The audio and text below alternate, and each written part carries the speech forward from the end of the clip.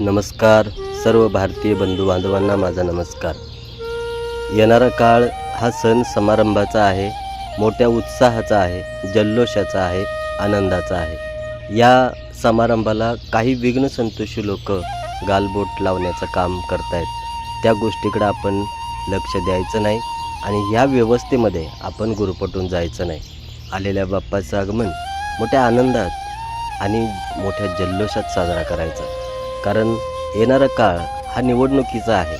त्यामुळे काही राजकीय लोक याचा फायदा घेण्याचा प्रयत्न करतील, समाजामध्ये तेढ निर्माण करण्याचं काम करतील.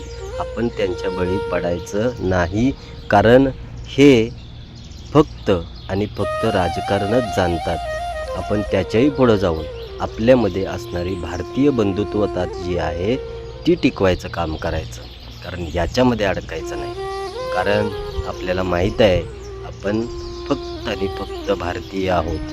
आपली जात, धर्म, संस्कृती हे सगळं विसरायचं. आपली फक्त एकच एक जात आहे, ती म्हणजे भारतीयत्व.